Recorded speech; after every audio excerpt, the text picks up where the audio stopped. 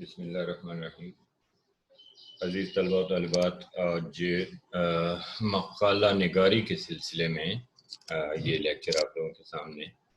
ایک اور لیکچر سامنے آ رہا ہے، اور اس سے پچھلا لیکچر جو ہے وہ میں نے آپ کو دیا تھا جو حوالہ درج کرنے کے طریقہ کار کے بارے میں تھا کہ کس طرح آپ لوگ ایک کتاب ہو تو کس طرح حوالہ درج کریں گے، دو ہو تو کیسے کریں گے، اور زیادہ ہو تو کس طرح سے حوالہ درج کیا جائے گا۔ حوالہ درج کرنے کے طریقہ کار کے ساتھ ساتھ میں نے عرض کیا تھا کہ اقتباس درج کرنا یا اقتباس کا انتخاب کرنا یا اقتباس جو ہے اس پر تبصرہ کرنا، اس پر آئندہ انشاءاللہ تعالی گفتگو ہوگی۔ تو آج کے لیکچر میں اقتباس کے حوالے سے کہ اقتباسات کیسے دینے چاہیے اور کیوں دینے چاہیے اور کب دینے چاہیے، اس حوالے سے کچھ گفتگو ہوگی۔ دیکھیے، بات یہ ہے کہ پہلا سوال تو یہ ہے کہ ہم اقتباس سرے سے دیتے ہی کیوں ہیں؟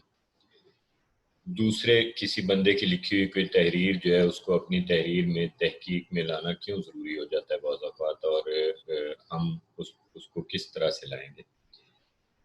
اصل میں ایسا تو ممکن نہیں کہ جب ایک مقالہ نگار کوئی مقالہ لکھنا شروع کرے تو اس سے پہلے اس موضوع پر کبھی کام نہ ہوا ہو۔ یہ تو ممکن نہیں ہے۔ ظاہر بات ہے کہ جب بھی کوئی مقالہ نگار کسی موضوع پر کام شروع کرے گا تو اس سے پہلے کچھ نہ کچھ کام ہوا ہوگا۔ تحقیق نام ہی اس بات کا ہے کہ گزشتہ جو زمانے گزرے ہیں، جو گزشتہ اسکالرس تھے، انہوں نے جو کام کیے ہیں ان کاموں کو آگے بڑھایا جائے، اور وہ جو کام اب تک ہو چکے ہیں ہمارے ماضی میں ان کی بنیاد پر مزید کام کرتے ہوئے اس کو آئندہ آنے والی نسلوں کے لیے منتقل کیا جائے اور ان تک پہنچایا جائے۔ تو جب ہم کسی بھی موضوع پر کام شروع کرتے ہیں تو اس پر اس سے پہلے کام ہو چکا ہوتا ہے۔ اب خاص طور پر سندی تحقیق میں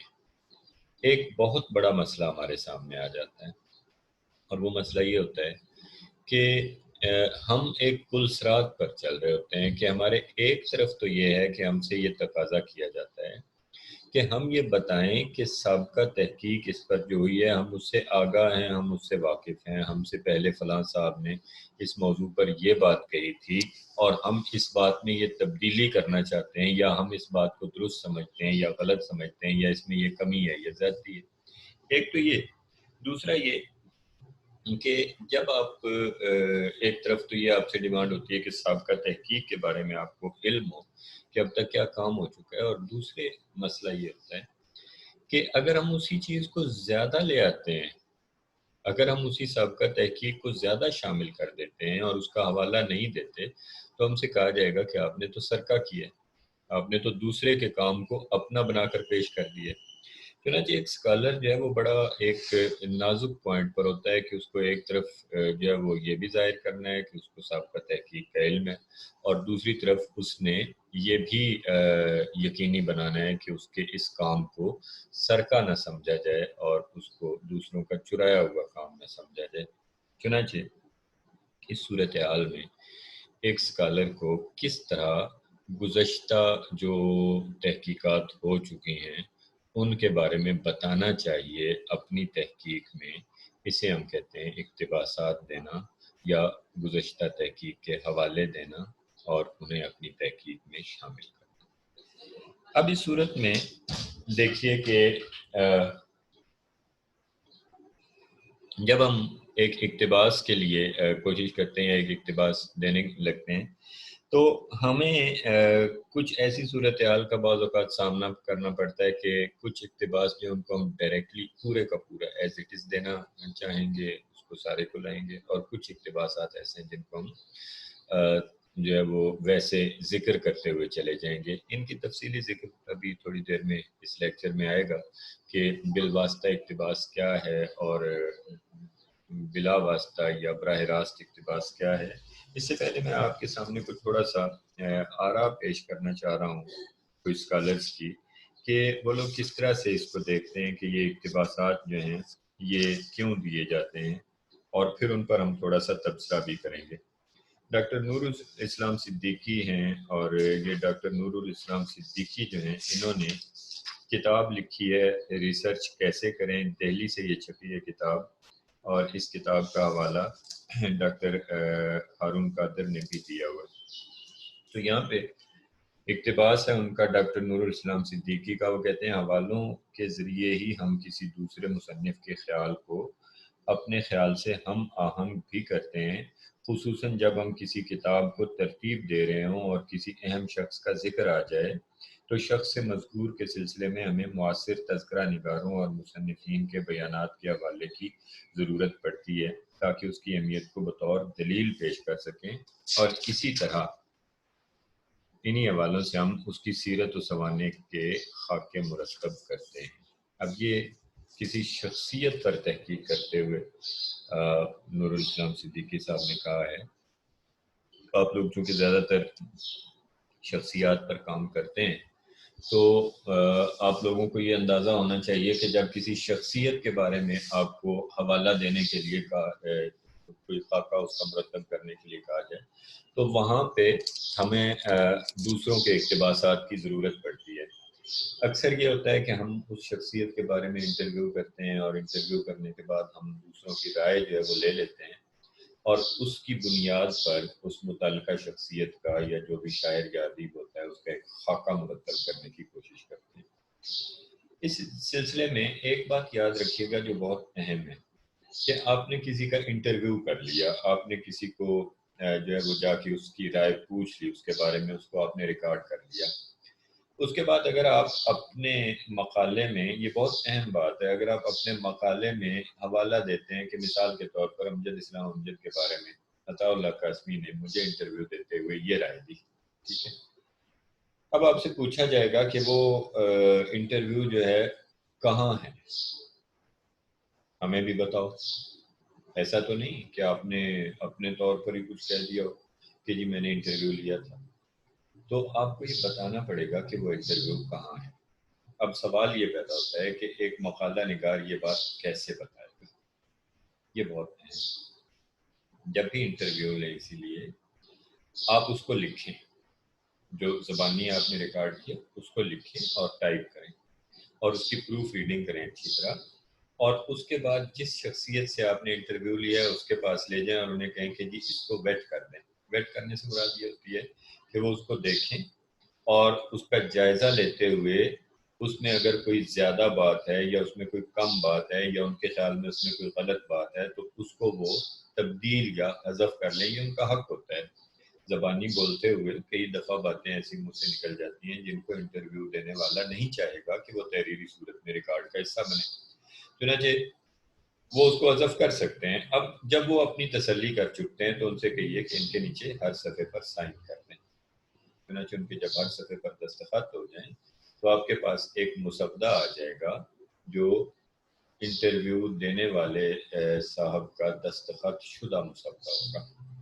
اس مسودے کی ایک کاپی اپنے پاس رکھیں، لیکن جو اوریجنل ہوگا اسے آپ اپنے تھیسس کے اختتام پر بطور ضمیمہ لگائیں گے، ٹھیک ہے. تو فرض کیا ضمیمہ نمبر 1 آپ نے لگایا ہوا ہے عطاء اللہ قاسمی صاحب کے انٹرویو کا جو امجد اسلام امجد کے بارے میں آپ نے لیا ہے. تو آپ امجد اسلام امجد کی شخصیت کے بارے میں کوئی بات لکھتے ہیں اپنی تحریر میں کہ وہ اس طرح کے بندے ہیں اور عطاء اللہ قاسمی نے ان کے بارے میں یہ رائے دی اور وہاں اقتباس دیتے ہیں. اب اس اقتباس کا حوالہ آپ نے دینا ہے تو وہ دیں گے آپ کہ ضمیمہ نمبر 1 ملاحظہ ہو، ضمیمہ نمبر 1 صفحہ نمبر یہ، وہاں پہ اس کے صفحات الگ لگے ہوتے ہیں. اب آپ جب اس طرح حوالہ دیں گے تو جو بندہ اس حوالے کو دیکھنا چاہے گا وہ متعلقہ صفحے پر جا کر دیکھ لے گا کہ عطاء اللہ قاسمی کے دستخط شدہ صفحے پر یہ رائے درج ہے. تو یہ آپ کا اتھینٹک حوالہ بنے گا انٹرویو کا. ورنہ یہاں اتنا رواج نہیں ہے، ورنہ یہ کہہ دیا جاتا ہے کہ جی آپ کا یہ انٹرویو جو ہے اس کو ہم نہیں مانتے، آپ نے یہ یا تو خود لکھ لیا یا کیا ہی نہیں، یا انہوں نے ایسا اس میں نہیں کہا. ایک تو یہ بات. دوسرا یہ کہ جب آپ اس طرح کسی شخصیت کے بارے میں دوسروں کی رائے لے رہے ہوتے ہیں یا دوسروں کی آراء بیان کر رہے ہوتے ہیں تو اس میں سے یہ منتخب کرنا کہ اہم بات کون سی ہے کسی خاص حوالے سے، یہ بہت ضروری ہے. ان کی تاریخ پیدائش کے بارے میں یا ان کے مزاج کے بارے میں یا ان کے کچھ خاص زندگی کے ایسے حادثات و واقعات کے بارے میں جنہوں نے ان کی تخلیقات کو متاثر کیا، ایسی زیادہ اقتباسات ہمیں منتخب کرنے چاہیے. تو یہ ہیں شخصیات کے بارے میں انتخاب کے اقتباسات کی بات کی ہے ڈاکٹر نور الاسلام صدیقی نے. اب شخصیات کے ساتھ ساتھ ہمیں مختلف موضوعات پر بحث کرتے ہوئے اور دلائل دیتے ہوئے بھی اقتباسات کو دیکھنا پڑتا ہے کہ جب ہم دلائل دے رہے ہیں یا بحث کر رہے ہیں تو کسی دوسرے کی رائے کو اس میں شامل کرتے ہیں، یا تو کسی بات کو رد کرنے کے لیے، اپنی تائید کے لیے، یا کسی بات کی یا ان کی بات کی تردید کے لیے، اس پر تبصرہ کرنے کے لیے بعض اوقات اقتباسات دیے جاتے ہیں. ایک اور اقتباسات کے بارے میں رائے جو ہے وہ ڈاکٹر معین الرحمان کی، ڈاکٹر سید معین الرحمان کی ہے، وہ ذرا دیکھ لیجیے کہ وہ کہتے ہیں کہ ترتیب نو یا تشکیل جدید کے عمل میں اقتباس کو میں بڑی اہمیت دیتا ہوں. ترتیب نو یا تشکیل جدید کا عمل، ہم تحقیق سمجھیں. کوٹ کرنا میرے نزدیک ایک فن ہے، اس کی اپنی شریعت ہے. اس کے لیے پہلے وسیع مطالعے اور نظر، پھر ذہن کی بصورت منتقلی، تیسرے انتخاب کی غیر معمولی صلاحیت اور بحیثیت مجموعی بڑے پیمانے اور سطح کی خوش ذوقی کی ضرورت ہوتی ہے. یہ ہر کس و ناقص کے بس کی بات نہیں. اب یہ میں نے اب یقین کریں جب بھی دیکھا ہے رشید حسن خان سے لے کر اور ڈاکٹر تنویر احمد الوی ہوئے یا خلیق انجم ہوئے یا بعد میں یہ معین الرحمان وغیرہ، سب کچھ اس کو بھی میں پڑھتا رہتا ہوں، تو مجھے ایک بات پر بہت افسوس ہوتا ہے. ان کا اپنا خیر بڑے اساتذہ ہیں، بڑے لوگ ہیں، ان کا اپنا مزاج ہے، لیکن یہ اس طرح کے جملے لکھنا کہ یہ ہر کس و ناقص کے بس کی بات نہیں، اس طرح نہیں کرنا چاہیے. یہ ایک پتہ نہیں غرور کے ضمن میں اس کو رکھیں گے یا کیا ہے یہ، کہ مجھے نہیں سمجھ آتی کہ آخر کیوں اس کو ایسا بنا کر پیش کیا جاتا ہے تحقیق ہے ان کو کہ یہ تو کر ہی نہیں سکتے. ایسی بات نہیں ہے. سب لوگ اپنے اپنے فیلڈ میں اپنی اپنی دلچسپی کے میدان میں، ہر بندے کی اپنی استطاعت ہوتی ہے. بہرحال کہنا یہ چاہتے ہیں معین الرحمان صاحب کہ جب آپ کوئی اقتباس کوٹ کرتے ہیں تو اس کے لیے پہلے آپ کا ایک پس منظر ہونا چاہیے، آپ کا مطالعہ ہونا چاہیے کہ آپ کو پتہ ہونا چاہیے. اور اس میں اگر یہ اضافہ کر لیا جائے کہ متعلقہ موضوع پر آپ کو ذہنی طور پہ تیار ہونا چاہیے کہ مجھے کہاں کون سا اقتباس درکار ہوگا، یا مجھے کون سا میں موضوع جو ہے وہ ڈسکس کر رہا ہوں تو وہاں پہ کون کون سی رائے جو ہے وہ میں پیش کر چکا ہوں اور ان سے مختلف کون سی رائے ہے جو اب میرے سامنے آ سکتی ہے. تو یہ اس سے غالباً مراد ہے. اور ایک محقق جو ہے اس کو جب یہ علم ہوگا کہ میں اب تک کیا کیا کچھ پیش کر چکا ہوں اور مزید میں نے کیا پیش کرنا ہے، یا اس سے مختلف کیا چیز ہو سکتی ہے جو اچانک میرے سامنے آئی ہے، تو پھر وہ اقتباس جو ہے اس کو پہچان لے گا اور اس کو فوری طور پر وہاں پر لے آئے گا. باقی یہ کہ جب آپ صاحب مطالعہ ہوتے ہیں، آپ نے پڑھا ہوا ہوتا ہے کسی موضوع پر، ادھر ادھر جو لوگ لکھتے رہتے ہیں ان کو، تو آپ کو اندازہ ہوتا ہے کہ کس مصنف نے کس قسم کی گفتگو کی ہوئی ہے اور وہاں سے آپ کو کون سا نظریہ ملے گا. وہ پھر کوئی پرٹیکولر آپ خاص ایک لے آتے ہیں علاقے لیا جس میں وہ سمٹا ہوا آپ کو نظر آتا ہے وہ پورا نظریہ، اور اس کو آپ اقتباس کی صورت میں دیتے ہیں. اب اقتباس تو آپ نے دیا. اب اس کے بعد ایک اور رائے میں تیسری آپ کے سامنے جو ہے وہ تھوڑی سی، وہ ہے ڈاکٹر گیان چند کی تحقیق کا فن میں، اور انہوں نے ٹیکنیکلٹیز اس میں زیادہ. نثری اقتباس میں ایک جملے کو حسب خواہش خواہ نیچے سطر میں اس سے بڑے اقتباس کے نیچے دینا ہی مناسب ہے. اقتباس دینے سے پہلے متن کے تعارفی الفاظ کے بعد کولن لگا دیجئے، اس کے بعد بین السطور قدرے زیادہ فاصلہ دے کر اقتباس کی عبارت کو دائیں حاشیے سے تقریباً پون انچ ہٹا کر لکھیے. باقی انہوں نے ٹیکنیکلٹی لکھی ہوئی ہے. اس میں اہم بات جس طرف میں لانا چاہ رہا ہوں آپ کو،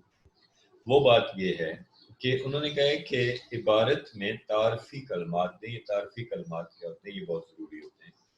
دیکھیے آپ جب بھی کسی رائٹر کا اقتباس اپنی تحریر میں شامل کریں تو آپ اس کا ریفرنس اور کانٹیکسٹ ضرور دیں. اس کو اس کے سیاق و سباق سے ہٹا کر آپ نے نہیں پیش کرنا. فلاں مصنف نے اس موضوع پر بات کرتے ہوئے یہ نظریہ پیش کیا اور اس ضمن میں وہ یہ کہتے ہیں، اب اقتباس دیں. ٹھیک ہے، دیکھیے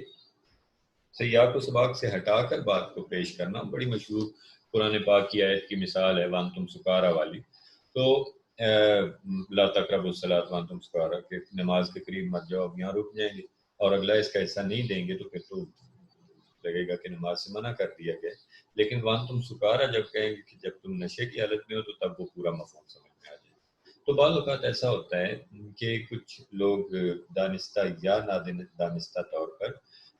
ایسا اقتباس دے دیتے ہیں رائٹرز کا کہ جو انہوں نے بغیر اس سے آگے پیچھے پڑھے یا جان بوجھ کر وہاں سے دیا ہوا ہوتا ہے، تو جس سے اس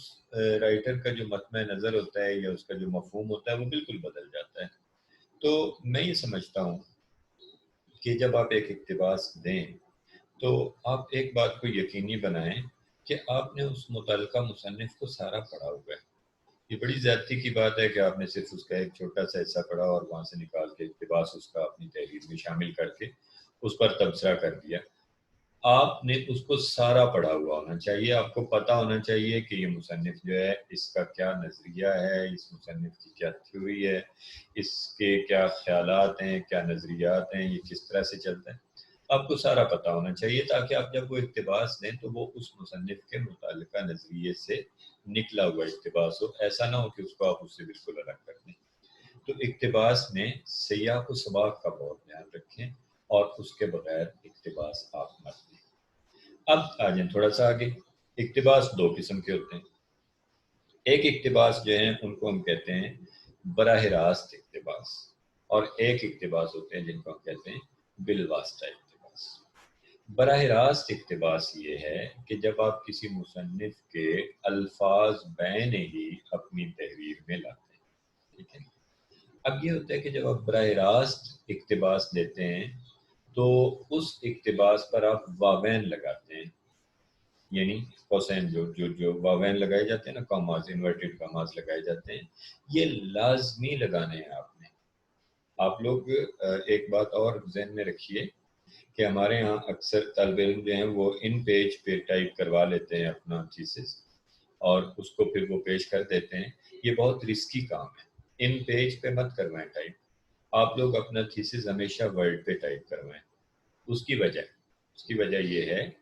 کہ ان پیج انٹرنیٹ کے لیے کمپیٹیبل نہیں ہے۔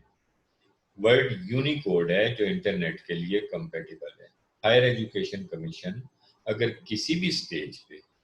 آپ کا مقالہ چیک کرنے کے لیے، اس کا پلیجرزم چیک کرنے کے لیے اسے اپنے پروگرام پہ ڈالتا ہے تو آپ کا ان پیج سے کنورٹ ہوا جو ورڈ کی طرف ہوگا تھیسس، اس میں بہت سارے مسائل آ جائیں گے جن میں انورٹڈ کاماز بہت بڑا مسئلہ ہے۔ ان پیج کے لگے ہوئے انورٹڈ کاماز کو ورڈ ریکگنائز نہیں کرتا، جس کے نتیجے میں آپ کے تمام اقتباسات جو آپ نے ورڈ ٹو ورڈ دیے ہوئے ہوتے ہیں وہ پورے کے پورے پلیجرزم میں چلے جاتے ہیں۔ تو ایک تو آپ ورڈ میں ٹائپ کروائیں، دوسرا جو بھی اقتباس دیں اس پر انورٹڈ کاماز لازمی لگائیں۔ اگر آپ انورٹڈ کاماز نہیں لگائیں گے تو وہ پلیجرزم میں چلے جائیں گے، کیونکہ وہ پروگرام جو ہے وہ انورٹڈ کاماز کے اندر جو عبارت ہوتی ہے اس کو شناخت کرتا ہے کہ یہ پلیجرزم نہیں ہے بلکہ یہ اقتباس دیا گیا ہے، یہ کسی اور کا اقتباس دیا ہوا ہے۔ تو یہ یقینی بنائیں کہ جب آپ براہ راست اقتباس دے رہے ہیں تو اس پر انورٹڈ کاماز لگائیں۔ دوسری بات یہ ہے کہ جب آپ براہ راست اقتباس دیتے ہیں تو اس اقتباس کی ذمہ داری آپ پر ہوتی ہے، تمام تر ذمہ داری، کہ اس میں اگر کوئی غلط لفظ لکھا ہوا ہے تو مصنف نے اگر تو اسی طرح لکھا ہے جس طرح آپ نے اس کو ادھر لکھ دیا ہے، ٹھیک ہے، تب تو آپ بچ گئے، لیکن وہاں اس صورت میں آپ کو مصنف کی غلطی ظاہر کرنے کے لیے ایک لفظ لکھنا پڑے گا، قضا، کاف زال الف، یہ کشش والا کاف، اور اس کو آپ کو باکس بریکٹ میں رکھنا پڑے گا، ٹھیک ہے۔ باکس بریکٹ میں آپ لفظ لکھیں گے قضا، یعنی مصنف نے مثال کے طور پر لکھتے ہوئے اپنی کتاب میں وہاں پر ہوگی کتابت کی غلطی، اور کتابت کی غلطی میں انہوں نے تصویر کو سین سے لکھ دیا، ٹھیک ہے۔ اب وہ سواد سے لکھنے کی بجائے سین سے لکھا ہوا ہے۔ اب آپ چونکہ براہ راست اقتباس دے رہے ہیں، آپ اس کو درست تو نہیں کر سکتے، آپ نے لکھنا اس کو اسی طرح سین سے ہی لکھ لیں، لیکن اس کے آگے باکس بریکٹ میں لکھ دیں قضا، جس کا مطلب یہ ہوگا کہ آپ نے اس کو جو ہے وہ پہچان تو لیا غلط ہے، لیکن چونکہ مصنف کی غلطی ہے اس لیے آپ اس کو ایز اٹ از دے دیں۔ دوسرا یہ ہوتا ہے کہ سپوز کہ آپ کو ایسا لگتا ہے کہ کہیں مصنف کی تحریر میں کوئی لفظ جو ہے وہ مسنگ ہے، ٹھیک ہے، اور غلطی سے کوئی مس ہو گیا یا کچھ کرتے ہوئے، جیسے مثال کے طور پر آپ مصنف کی رائے لے رہے ہیں تو وہ کہتے ہیں کہ جی ادب کے بارے میں عام طور پر یہ کہا جاتا ہے کہ یہ تنقید حیات ہے، اب تنقید لفظ جو ہے وہ بیچ میں مس ہو گیا، ٹھیک ہے، تو وہ جملہ بن گیا ادب کے بارے میں عام طور پر کہا جاتا ہے کہ یہ حیات ہے۔ اب آپ پریشان ہوتے ہیں کہ یہ کیسا جملہ لکھا ہے انہوں نے، ٹھیک ہے، آپ سمجھ جاتے ہیں کہ یہاں لفظ تنقید تھا لیکن انہوں نے یہ لفظ جو ہے یہ کسی وجہ سے رہ گیا۔ اب آپ وہ اقتباس ایز اٹ از دینا چاہتے ہیں، اس کو براہ راست ادھر لفظ بلفظ دینا چاہتے ہیں، تو وہاں پہ آپ باکس بریکٹ ڈال کے اس کے درمیان میں وہ لفظ تنقید لکھ لیں، ٹھیک ہے، یعنی آپ کہیں گے کیا کہ میرے خیال میں یہاں یہ لفظ ہونا چاہیے تھا لیکن کسی وجہ سے چونکہ نہیں ہے تو اس میں یہاں لکھ دیا ہے تاکہ یہ سمجھ آتی رہے۔ اچھا، یہ براہ راست اقتباس کے سارے مسائل ہیں۔ اب فرض کیا آپ براہ راست اقتباس لے رہے ہیں اور پیچھے سے ایک بات چلی آ رہی ہے اور اس مسلسل عبارت میں آپ وہاں سے 2-3 جملے لینا چاہتے ہیں آگے، تو آپ یہ چاہتے ہیں کہ یہ جملے تو میں لے لوں لیکن پچھلی عبارت اتنی لمبی چوڑی اس میں نہ لوں، چھوٹا رکھوں اس کو، تو آپ اقتباس کے آغاز میں 3 نقطے لگائیں اور اس کے بعد وہ اقتباس انورٹڈ کامات میں دے دیں۔ آغاز میں لگے ہوئے ان 3 نقطوں کا مطلب ہوگا کہ یہ پیچھے سے ایک کنٹینیوس ایک چلتی ہوئی عبارت آ رہی ہے جس میں سے اسکالر نے لے کر یہ اقتباس کی ہے۔ دوسری صورت کہ آپ ایک اقتباس دے رہے ہیں اور اس کی آپ ابتدائی سطور دیتے ہیں اور اس کے بعد آپ چاہتے ہیں کہ اس اقتباس کی جو آئندہ سطور ہیں وہ بھی وہ میں اس میں شامل کر دوں، پورا اقتباس نہ دوں، یعنی اس کی ابتدائی 2-3 جملے اور آخری 2-3 جملے آپ دینا چاہتے ہیں، بیچ والا آپ کے خیال میں اضافی ہے، تو آپ یہ کر سکتے ہیں کہ اقتباس کا آغاز کریں انورٹڈ کاماز سے، اقتباس دیتے چلے جائیں اور جہاں تک آپ نے اقتباس دینا ہے وہاں تک دینے کے بعد پھر 3 نقطے لگائیں اور اس کے بعد پھر آپ لکھنا شروع کر دیں جو آخری 3 جملے اور انورٹڈ کاماز کلوز کر دیں۔ اب جو اقتباس کے درمیان میں آپ نے 3 نقطے لگائے اس کا مطلب یہ ہوگا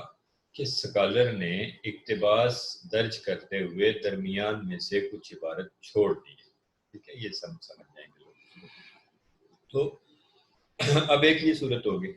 تیسری صورت یہ ہے کہ آپ اقتباس درج کر رہے ہیں اور اقتباس جہاں ختم ہوتا ہے وہاں سے آگے مزید وہ بات چلتی چلی جاتی ہے اور آپ یہ سمجھتے ہیں کہ یہ پیغام دینا ضروری ہے کہ یہ بات یہاں ختم نہیں ہوئی بلکہ اس کے بعد یہ بحث آگے اس عبارت میں چل رہی ہے، تو وہاں تک دینے کے بعد آگے آپ 3 نقطے دے کر اقتباس ختم کر دیں، یعنی 3 نقطے جو ہیں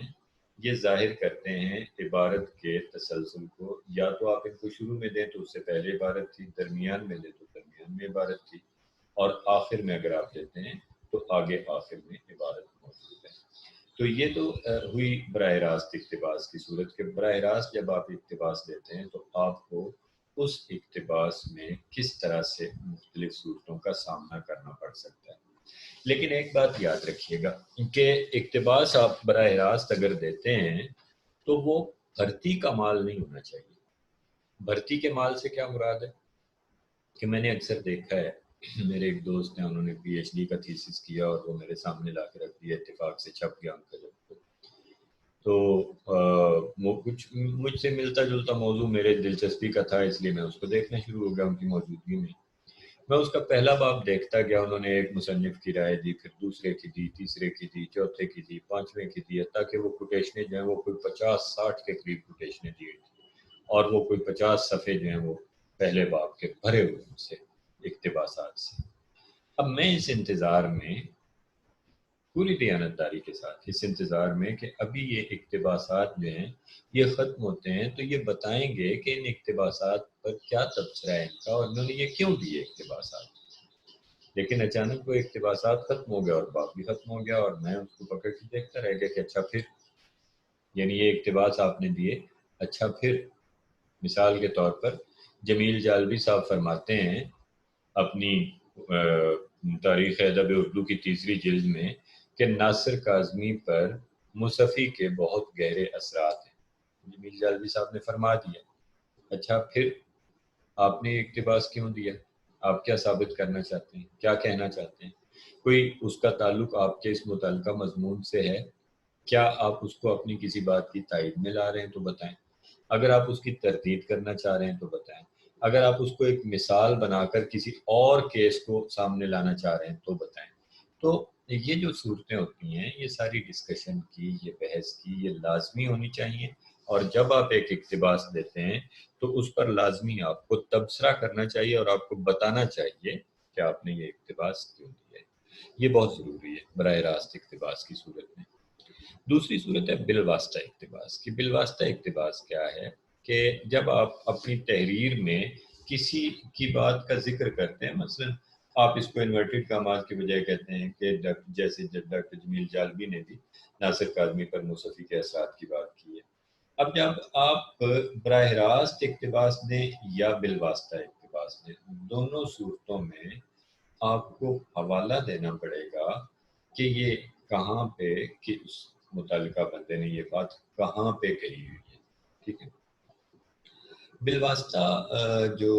اقتباس ہوتا ہے، جو براہ راست نہیں ہوتا، اس میں بہت لمبی چوڑی باتیں بھی کی جا سکتی ہیں. بہت مطلب یہ عام طور پر دیکھا گیا ہے کہ بہت لمبے چوڑے نظریات جو بیان کیے جاتے ہیں ان کو بالواسطہ بیان کر دیا جاتا ہے کہ انہوں نے یہ باتیں کی، اپنے الفاظ میں بتا دیا جاتا ہے. بعض اوقات بالواسطہ اقتباس کو براہ راست اقتباس کا سہارا بھی دیا جاتا ہے کہ انہوں نے فلاں فلاں باتیں تو یہ کہی ہیں، ٹھیک ہے، اور خاص جو باتیں وہ اینڈ پہ اس کو آپ براہ راست اقتباس کی صورت میں دے کر اس کا ریفرنس دے دیتے ہیں. ان دونوں صورتوں میں اقتباس بالواسطہ ہو یا براہ راست ہو، اے پی اے فارمیٹ میں حوالہ دینے کا طریقہ کار جو ہے وہ لازمی آپ کو پتہ ہونا چاہیے. براہ راست اقتباس کی صورت میں جہاں آپ کا اقتباس ختم ہوتا ہے وہاں بریکٹ ڈالیں، اور بریکٹ میں 3 چیزیں آپ نے لکھنی ہیں. 3 چیزیں: مصنف کا نام، اس کے بعد آپ نے کاما ڈالنا ہے، اس کے بعد آپ نے سن جس سن میں کتاب چھپی ہے، اور اس کے بعد کولن ڈال کے اوپر نیچے 2 نقطے اور صفحہ نمبر ڈال کے اس کو بریکٹ کو بند کر دینا ہے. یہ 3 چیزیں عبارت کے اندر حوالے کے لیے ہوں گی جو انڈیکیٹ کریں گی جو کتابیات آپ نے درج کی ہوئی ہیں ان کو. ٹھیک ہے. آپ نے یہاں پہ جو مصنف کا نام لکھنا ہے وہ پورا نہیں لکھنا. آپ نے مصنف کا مشہور نام لکھنا ہے. جیسے مثال کے طور پر جمیل جالبی کو آپ کوٹ کر رہے ہیں تو آپ وہاں لکھیں گے جالبی. ٹھیک ہے. اب وہ جالبی سے ہم کتابیات پہ جائیں گے اور وہاں جا کر ہم جیم الف جا کی فہرست میں جیم الف جا دیکھیں گے الف بائی ترتیب میں، اور وہاں پہ جب ہمیں جالبی ملے گا تو ہم ان کی کتاب جو اس سن میں چھپی ہوئی ہے اس کو دیکھ لیں گے. بعض اوقات مصنف کی ایک سن میں 2 کتابیں چھپی ہوئی ہوتی ہیں.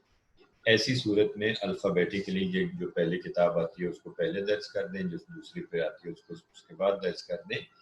اور عبارت میں جب آپ حوالہ دیں کتاب کا تو اس بات کا اہتمام کریں کہ وہاں بتا دیں کہ یہ فلاں کتاب سے ہے. ٹھیک ہے. تو اب جب آپ عبارت میں حوالہ درج کرتے ہیں، بالواسطہ جب آپ کو اقتباس دیتے ہیں، بالواسطہ آپ کوٹیشن دیتے ہیں اس کا، تو اس کے لیے ایک بات یاد رکھیے گا کہ اس میں یہی تینوں چیزیں مختلف انداز میں آ سکتی ہیں. مثال کے طور پر ہم نے اپنی عبارت میں یہ لکھا کہ ناصر کاظمی پر موسفی کے گہرے اثرات ہیں. اب اس کے بعد بریکٹ ڈال کے ہم نے لکھا جالبی 2006 صفحہ نمبر 310. ٹھیک ہے. اب یہ 3 چیزیں ہم نے لکھ دی. اس کے بعد دوسری صورت آ گئی. ہم نے لکھا عبارت میں ڈاکٹر جمیل جالبی کہتے ہیں کہ ناصر کاظمی پر موسفی کے گہرے اثرات ہیں، یعنی مصنف عبارت میں چلا گیا. اب اس کے آگے بریکٹ ڈال کے ہم لکھ دیں گے 2006 صفحہ 310. ٹھیک ہے. یعنی مصنف بریکٹ میں چلا گیا. اب فرض کیا ہم کہتے ہیں کہ عبارت میں ہم لکھتے ہیں کہ ڈاکٹر جمیل جالبی 2006 میں چھپنے والی کتاب تاریخ ادب اردو میں کہتے ہیں کہ ناصر کاظمی پر موسفی کے گہرے اثرات ہیں. ٹھیک ہے. اب اس بات کو جب ہم نے 2 چیزیں جو ہے عبارت میں لے گئے تو اب صرف صفحہ نمبر باقی رہ گیا، اس کو ہم بریکٹ میں 310 لکھ دیں گے، صفحہ 310 سواد ڈال کے. اب آپ یہ دیکھیے کہ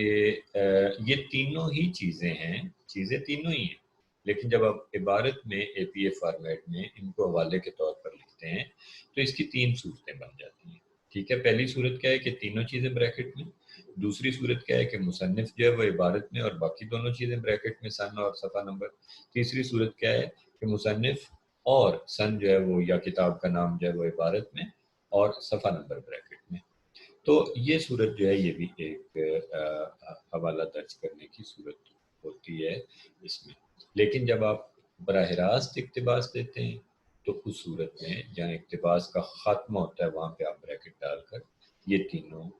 چیزیں لکھ دیتے ہیں، جس میں مصنف، سن اشاعت اور صفحہ نمبر، یہ تین چیزیں آپ لکھ دیتے ہیں.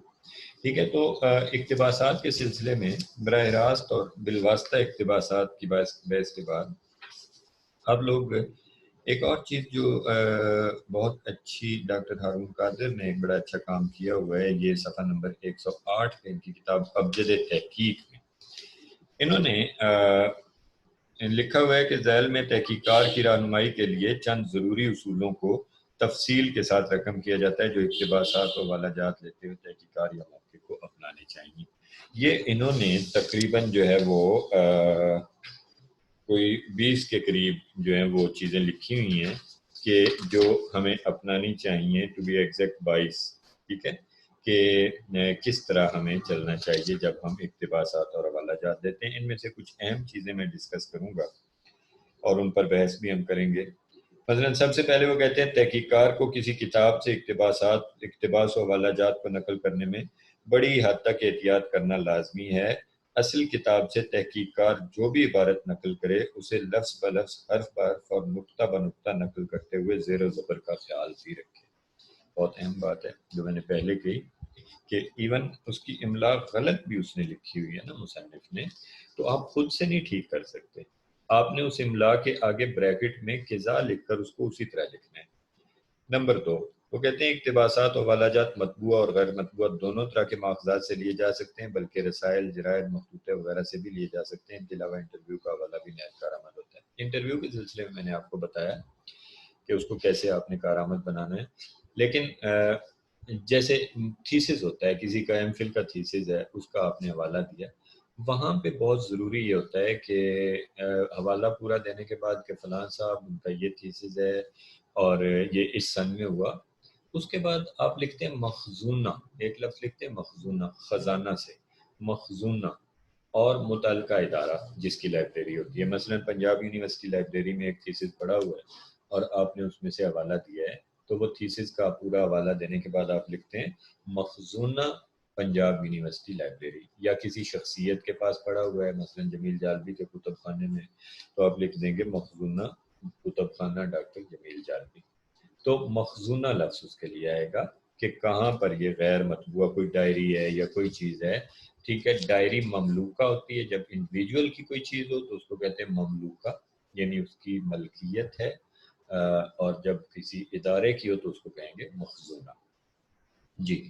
تو اس کے بعد وہ کہتے ہیں نمبر 3 پہ اقتباسات و حوالہ جات کے ماخذات اگر مخطوطات ہیں تو حواشی یا فٹ نوٹ میں اس لائبریری یا ادارے کا نام دینا ہوگا جہاں مخطوطہ محفوظ ہے، جو میں نے ابھی آپ کو بتایا. یہ اس کے علاوہ مخطوطہ نمبر، سن تصنیف، سن کتابت اور مصنف کا نام درج کیا جاتا ہے. نمبر لگے ہوئے ہوتے ہیں لائبریریوں میں مخطوطوں. نمبر 4، ماخذات اگر مجلات اور رسائل و جرائد ہیں تو حواشی یا فٹ نوٹ میں مجلہ، رسالہ یا جریدہ کا نام. یہ ساری وہ جو میں نے آپ کو بتایا تھا کیسے درج کرنا ہے. نمبر 5، تحقیقار کو اقتباسات کا حوالہ دیتے ہوئے ایک ہی کتاب کے تمام ایڈیشنز کو بھی مد رکھنا چاہیے، بالکل بتانا چاہیے حوالے میں کہ ایڈیشن کون سا ہے. ٹھیک ہے، تحقیقار کو چاہیے کہ اقتباسات و حوالہ جات کی مقالے میں غیر ضروری بھرمار نہ کرے، بلکہ اپنی آراء اور نقطہ نظر کو زیادہ اہمیت دے. یوں اس کا مقالہ اقتباسات کا مجموعہ بننے کی بجائے اس کی اپنی قدر و منزلت میں اضافے کا باعث بنے گا. جو شروع میں نے آپ کو بات بتائی، جو مثال بھی دی ہے کہ آپ اقتباس دیتے چلے جاتے ہیں اور پھر جو پڑھنے والا وہ کہتا ہے اچھا پھر بھی یہ اقتباس کیوں دیے، تو ایسا نہیں ہونا چاہیے. ٹھیک ہے، اقتباسات و حوالہ جات کو نقل کرتے وقت صرف پیراگراف کا مطلوبہ حصہ ہی نقل کرنا چاہیے. تو پھر باقی انہوں نے جو ہے وہ تفصیل ٹیکنیکل دی ہوئی ہے کہ کیسے اس کی سطریں کس طرح چھوٹی کرنی چاہیے. ٹھیک ہے، شعر یا شعری اقتباس درج کرنے کے ضمن میں تحقیقار شعر یا شعری ٹکڑے کا حوالہ بھی درج کرتا ہے. اشعار بھی نثری اقتباس کی طرح درمیانے صفحے پر تحریر ہوتے ہیں. یہ فونٹ جو ہے وہ 14 میں کر کے درمیان میں لکھتے ہیں، تو وہاں بھی اسی طرح ایگزیکٹلی اس کو بطور ایک اقتباس کے ہی لیا جاتا ہے۔ تو یہ میں دیکھ رہا ہوں کہ اس میں اور بھی انہوں نے بہت سی باتیں لکھی ہیں، لیکن یہ ساری کی ساری جو باتیں ہیں یہ زیادہ آپ لوگوں کے پڑھنے کی ہیں کہ آپ پڑھیں ان کو، اور ان میں کوئی اتنا زیادہ مسائل اس میں نہیں ہیں، ٹھیک ہے۔ بس اقتباسات کے ضمن میں ایک بات یاد رکھیے کہ اگرچہ ظاہر بات ہے کہ آپ کی ایک مجبوری ہے کہ آپ نے یہ بتانا ہے کہ میں نے بھی اس سے پہلے جو تحقیق ہوئی ہے اس کو میں نے پڑھا ہوا ہے، آپ نے یہ بھی بتانا ہے کہ جو مطلب ہے میں پلیجرزم نہیں کر رہا بلکہ یہ میرے اپنے خیالات ہیں، اور پھر آپ نے اقتباسات دینے ہیں اپنی تائید میں، ان پر تبصرہ کرنے کے لیے، سب چیزوں کے لیے۔ لیکن ایک بات یاد رکھیے گا کہ بہرحال یہ مقالہ آپ کا لکھا ہوا ہوتا ہے، اس مقالے میں آپ کے خیالات ہوتے ہیں، یہ آپ کی تحریر ہوتی ہے۔ اپنی تحریر لکھیں اور اپنی تحریر میں مدد کے لیے ضرور چیزیں لیں، لیکن ان چیزوں کو مکمل طور پر اپنی تحریر پر حاوی مت ہونے دیں، دوسرے مصنفین کو اپنی تحریر پر حاوی نہ ہونے دیں، بلکہ اپنی تحریر کو اپنا ہی رکھیں اور دوسرے مصنفین کے حوالے صرف اس لیے دیں کہ آپ کی تحریر میں زور پیدا ہو سکے اور یہ پتہ چل سکے کہ آپ کی یہ جو تحریر ہے اس کو آپ جانتے ہیں کہ آپ کیا لکھ رہے ہیں اور اس سے پہلے کیا ہو چکا ہے اور آپ اس پر کیا تبصرہ کر رہے ہیں۔ تو انشاءاللہ آئندہ لیکچر میں پھر آپ کے سامنے حاضر ہوں گا، تب تک کے لیے مجھے اجازت دیجیے، خدا حافظ۔